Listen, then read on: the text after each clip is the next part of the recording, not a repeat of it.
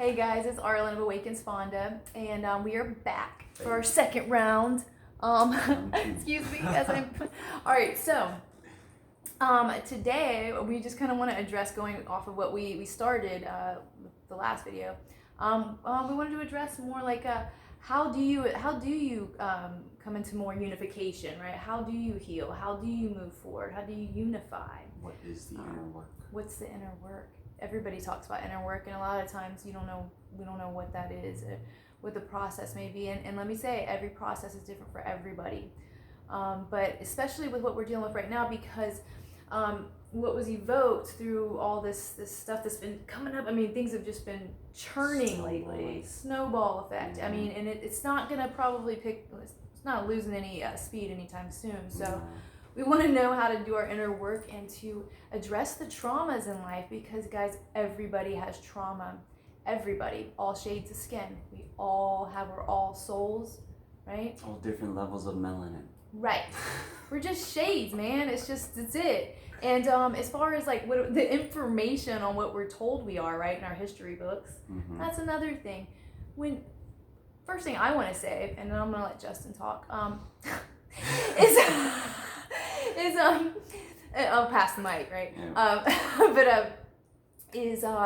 The information we're led to believe about ourselves our whole life, and this starts with our family, and we get indoctrinated from the time we're born into whatever family we're in, and then whatever people around us, and then whatever programs we're watching. And TV, guys, I know I'm 40 years old, and TV's been a part of my, not now, but when I was a kid, it was TV, so there's always this programming, and so anyway, to just first step to inner work is letting go.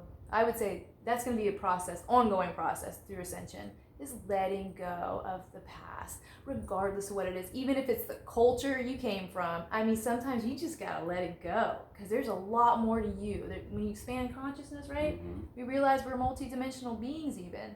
So what we've been limited to is truly just limitation. But anyway, so Justin, talk to us. Segue. So yeah, that was amazing. That was amazing, Arlen. Inner work, letting go. Acknowledgement and accountability is another huge step in the process. And just to touch on Arlen's aspect though of letting go, I think that's huge. And I'm not gonna put a spotlight on any one particular situation that's happening right now. Wink, wink. And this is so important. Authenticity and being vulnerable. That was another huge obstacle in my on my journey. And I'm gonna be very, very honest with you guys right now. I come from a background. I'm gonna get too into it. I'm obviously the way I look. You guys can figure it out, okay? And I grew up in a family that encouraged me to imagine and be creative and love and be kind and be respectful, be mannered, and frankly, just not to take no shit from nobody. You know what I mean? And at the same time, though, I was given contradictory messages that were, be fearful of these people, be mindful of these people because of certain pre-programmed reasons. Like we all I refuse to believe that like we're born to hate. Are we born capable of hatred? Absolutely, right? But what comes naturally from the divine that we're all eager and I think craving to become more a part of is naturally, goodness and love. And now with that being said, it's important to hold yourself accountable. As a child, yes, there's really nothing you can do about it. You're subject to the people who have guardianship over you and who, have your best interests at heart, and then they're there on their journey doing what they think is best for you. Absolutely. Because they love you, because, so, but it gets to a point where we all become an adult you know, and we all grow into our individuality. And I took it upon myself to say I've had experiences. I I see people for I see beings for who they are, whether it be an animal, a dog.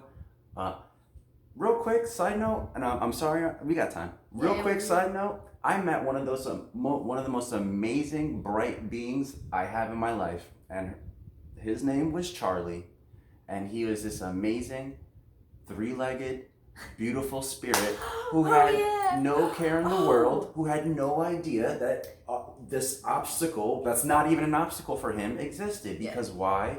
Because he had a mom and a dad who loved him the same as his brother who had one more leg. That is so key. So when it comes to the wink wink situation that we're talking about, it's victimhood. If you put that type of energy into someone's brain, into someone's mind, you repeatedly rehash and forcefully remind someone of some trauma like that, you know what I mean? This is good. We're flowing. Debilitating, right? Yes. It's debilitating. You would debilitate that dog if you're like, oh no, you're not as good as this dog's privileged. You're not, right? Exactly. The point that I want to make though is that would you ever repeatedly tell yourself negative things about yourself? I think we probably not, right? I feel like that's a relatively, there are people, you know, for the Karens out there, yes, there are people who do that. Yes, there are people who don't, that are dealing with traumas and they are utilizing not the most productive coping mechanisms, you know what I mean? And they're stuck in this pattern of self-hate, self-loathing, confusion, you know, misguidedness. So many factors for this. This is why it's a process. It's why it's reprogramming. Right. You gotta reprogram. You gotta tell yourself the good things. You gotta talk to yourself right. You gotta do that subconscious work. Over and over and over again. But entertaining the victimhood, and you're talking about Charlie. The three-legged dog that was running around doing everything, probably even more so than his four-legged brother. The only reason why Charlie didn't go swimming is because mom and dad didn't want to deal with the cleanup. That's basically it. But I know for sure would have been right in the mix. So the point being is that if you don't know you're handicapped, are you going to think you're handicapped, or are you just going to think you're dope and like you're just living life and like that's that? So my message is to the people who are melanated as much or a little bit more or just a little bit less than me, is to, if you feel an attachment to the traumas that have happened in this existence throughout history, I understand. And again, part of the process, what I had mentioned before, is accountability, right? So it's like, okay, I understand that those events that happen make me angry and they make me frustrated and I want an outlet. And then on top of that, I'm being told, I'm being programmed through channels, through someone telling a vision. It's important. Hollywood's very good at right. When we listen to celebrities too much. Think about the words television, telling a vision, programming, which is then feeding off of the energy through the programming, which is now channeling that energy, fueling the things that they want to fuel. They being the cabal, the shadow people. Knowledge determines perception, and perception dictates behavior, which makes all the sense in the world as to why there's so much misinformation, why there's so much disinformation, why there's so much lying going on, because there are evil entities that are at work that know in order to keep going, they need to control the perception so that they can dictate the behavior, which naturally wouldn't exist. Because naturally, we're just souls, right? We're energetic. And we're on this plane and we're on this planet for this process to relearn who we really are and what we really are. And it's not a meat suit. This is a vessel that I'm blessed to have, that I'm extremely grateful for, that, you know, I do my best to hold sacred in doing the inner work, bringing it all together. Yeah. Exercising our spirits, exercising our minds, and exercising our bodies. What is the inner work? Dealing with these traumas and holding yourself accountable to what that means, letting go of them. So it's like, okay, I can be upset about this and I can be angry about it, but I'm not going to let it rule me, because I know the energy attached to this is being used against me purposefully.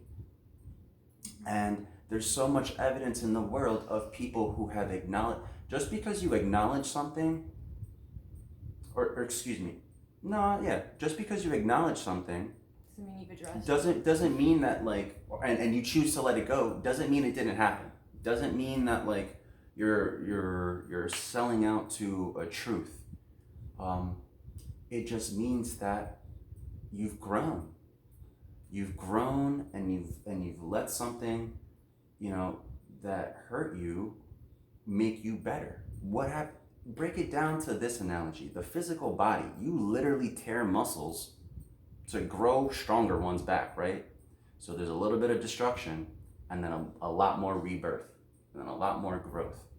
Apply that same attitude towards the things that we all have to deal with, and the struggles, that these traumas that we have to deal with. That is the breaking of the muscles. All these things that happen in life, I'm an adamant believer of everything happens for a reason. Everything. Right? Going back to the previous video, being consistent in your beliefs. So if I believe everything that happens, yes, the evil that's happening in the world is for a reason, to give us perspective, to make it a point to say, we gotta have the light and balance. Universal law, light balance in the shadow. world. Absolutely. That's it. But you have to acknowledge the shadows in order to bring them into the light. So without recognizing them, you can't expand the consciousness. You can't. You got 4 minutes. Grow. Yeah, I know. I'm not going off. Yeah, but in order to really, we got to do the inner work. Ways we can do that. I mean, there's all sorts of ways. You're looking at body, mind, soul work. So, doing different activities, connecting out with different people, making different choices, working on the way you speak to yourself, working the way you perceive things, because sometimes we're so tightly clung to our perception, right? Mm-hmm. That we have a hard time seeing anybody else for who they are and where they're saying, where they're coming from, you know. But it's really important these times we're in. I think 2020 and moving forward. I don't think this year's been a rough one so far, and it's going to continue. But this is all part of the old systems breaking down in order to break free of the matrix. It's already crumbling. It's definitely crumbling. We're witnessing it right now. So everything happening right now is all this. It's all movement towards unification, and that's the unification of all of us. We're all souls. We're all energy, and when we start speaking more energy and vibration, which is happening now, and it's only going to be more so as we start to we start getting our power back and getting our true health back. Absolutely. And all these things that have been taken from us. We just have to continue. We just have to continue to embody it. That's all that's important. Be consistent in your beliefs. Embody the things that you believe in wholeheartedly, genuinely, authentically. And as far as putting the nail in the coffin right now before we have to go. Yep. Yeah. Okay. What is the inner work? Address your traumas. Exercise your body. Get out into nature. Hug a tree. Get an animal in your life. And do something different. And sharpen your mind like a sword. And don't rely on the information that's being handed to you. Go out there and find the information that's being called to you. Yep. There are books. Exactly. That's last time we had to cut out pretty quick, so we got a couple seconds here, so we can actually say bye. Thank you for if you watch this through. Thank you so much. All souls matter, guys. This is the way we're moving, and this is the unification that's going to come from all that happened. Everything that happened just recently, and may we love each other. Anyway, peace. Love.